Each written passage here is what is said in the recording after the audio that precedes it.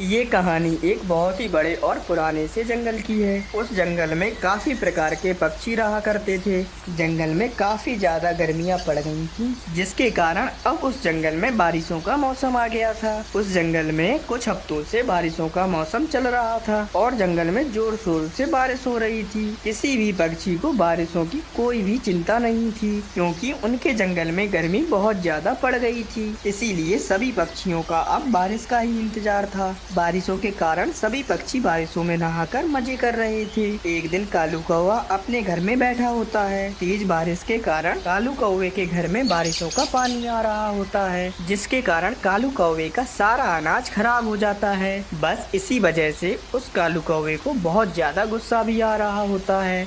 अरे भाई, ये सब क्या हो गया है? अरे इस बारिश ने तो मेरा सारा के सारा अनाज ही खराब कर दिया है। मैं तो इस बारिश से बहुत ज्यादा तंग आ गया हूँ। इस बारिश ने तो मेरा जीना हराम कर दिया है। अब मुझे सभी पक्षियों से इस बारे में बात करनी ही होगी। अब बस ये बहुत हो गई बारिशें। बस फिर वो यही सब सोचकर कालू कौवा जंगल के सभी पक्षियों को अपने घर पर बुला लेता है। अरे क्या हुआ कालू कौवे, सब खैरियत तो है? तुमने हम सबको बारिश में यहाँ पर क्यों बुलवाया है? अरे हाँ हाँ कालू कौवे भाई, जल्दी बताओ तुमने हमें यहाँ पर क्यों बुलवाया है इतनी बारिश में? अरे पक्षियों, अब क्या आप लोगों को नहीं लगता है कि ये बारिशें अब रुक जानी चाहिए थी? अरे क्यों भाई कालू कौवे, अभी तो ये बारिशें शुरू हुई हैं। अभी तो पूरा महीना ये बरसात चलेगी। अरे हाँ कालू कौवे, तुम्हें क्या परेशानी है? वैसे भी इस बारिश की वजह से हमारे जंगल का मौसम बहुत ज्यादा अच्छा है। अरे पक्षियों देखो, इस बारिश की वजह से मेरा सारा अनाज खराब हो गया है। अब इससे पहले कि मेरा कोई बड़ा नुकसान हो, इस बारिश को अब बस रुक जाना चाहिए। अरे पर कालू कौवे, अभी तो हम कुछ दिनों तक बादल भैया को बारिश बंद करने का नहीं बोल सकते हैं, क्योंकि उन्होंने अभी कुछ हफ्तों पहले ही हमारे जंगल में बारिश करना शुरू की है। अरे हाँ हाँ पक्षियों, मैं सब समझता हूँ। अभी सिर्फ मेरा ही अनाज खराब हुआ है ना, इसीलिए आप लोग बारिश को रोकने का नहीं बोल रहे हैं। अरे नहीं नहीं कालू कौवे, तुम क्या बोले जा रहे हो? अरे तुम हम सब पक्षियों को बहुत ज्यादा गलत समझ रहे हो। अरे हाँ कालू कौवे, देखो तुम्हारा अनाज खराब हो गया है। इसका हम सभी पक्षियों को बहुत ही ज्यादा बुरा लगा है। लेकिन अगर तुम अपने दिमाग से सोचो तो अभी कुछ दिनों पहले ही बादल भैया ने बारिश शुरू की है। तुम सोचो तो जरा, अगर हम बादल भैया के पास बारिश बंद करवाने के लिए जाएंगे तो वो हमारी बात कभी भी नहीं सुनेंगे। अरे पक्षियों, बस आप सब तो अब रहने ही दें। अब मुझे ही कुछ ना कुछ तो करना ही होगा। अरे चलो भाई पक्षियों, इस कालू कौवे को तो कोई भी नहीं समझा सकता है। चलो हम सब अपने अपने घर चलते हैं। अब वो कालू कौवा अपना अनाज खराब होने के गुस्से में बादल के पास आ जाता है। अरे कालू कौवे, तुम यहाँ पर क्यों आए हो? अरे तुम्हें कोई काम है क्या? अरे बादल भैया, ये तुम्हें क्या हो गया है? कब से तुम हमारे जंगल में बारिश किए ही जा रहे हो। अब बस बहुत हुआ, अब बारिश बंद कर दो तुम। अरे नहीं नहीं कालू कौवे, हम ऐसा बिल्कुल भी नहीं कर सकते हैं। इस महीने में हमें कम से कम 1 महीना रुक रुक कर बारिश तो करनी ही पड़ती है। अरे तुम बस रहने ही दो बादल भैया, तुम्हें क्या फर्क पड़ता है? हमारे घर टूट जाए या हमारा अनाज खराब हो जाए तुम्हारी इस बारिश की वजह से? अरे तुम्हें तो यहाँ पर कोई फर्क ही नहीं पड़ता है। तुम तो आराम से बारिश कर रहे हो ना। अरे देखो कालू कौवे, ये सब हम बादलों की मजबूरी है। हमें ठंड का मौसम होने से पहले 1-2 महीने बारिशें करनी ही होती हैं। अरे रहने ही दो बादल, तुम बस अपने ही बारे में सोचो। तुम्हें हम सब जंगल के पक्षियों की परेशानी के बारे में क्या पता। बस अब कालू कौवे की ये कड़वी कसैली बातें सुनकर उस बादल को भी बहुत ज्यादा गुस्सा आ जाता है।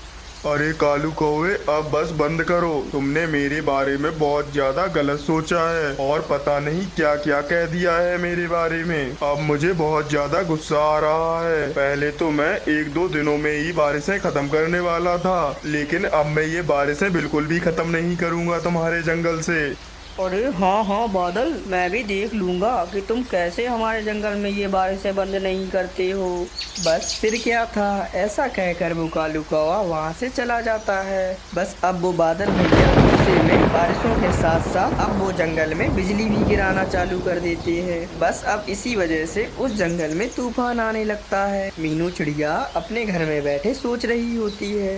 अरे ये क्या हो गया है, अचानक से ये बारिशें इतनी तेज कैसे हो गई है। और तो और तेज बारिश के साथ साथ अब तो बिजली भी गिरनी शुरू हो गई है हमारे जंगल में।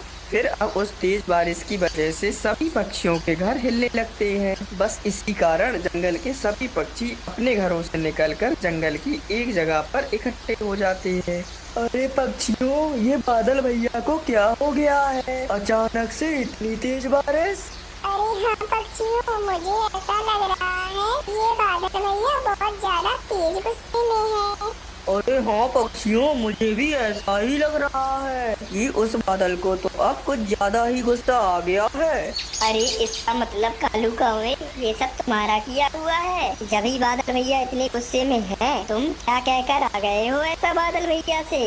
मेरी पक्षियों, चलो हम सबको जाकर अब बादल भैया को शांत करना होगा किसी भी तरीके से, वरना ऐसे तो हमारा पूरा जंगल ही बर्बाद हो जाएगा।